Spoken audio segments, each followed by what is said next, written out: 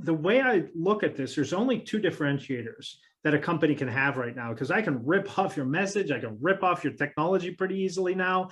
There's not that much of a differentiator. So really the two differentiators I would see is, one, your people, and making sure they're engaged, authentic, and encouraged, living that peak performance life.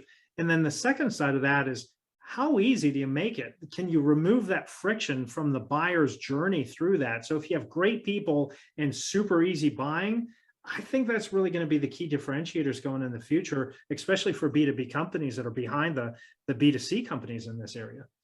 Yeah, I think you're spot on. I've seen that Gallup poll, and to see that, yes, like 20 to 40, it's like great in that terms. To see that, like, the average sits around like the low 30s over the last 20 or 30 years, tells me that we got something more to work on. Yeah, 40% is still really bad.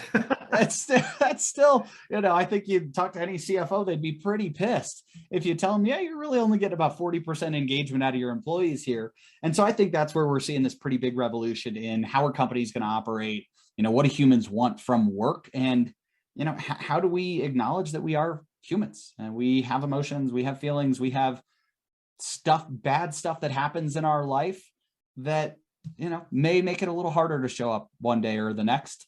And that's okay, because the organization is here to support you, and they've built enough trust with their teams to say, hey, we know you're a human and that's okay. And that's why we want to have you here, because when you're on your A game, there's nobody else out there that can beat you.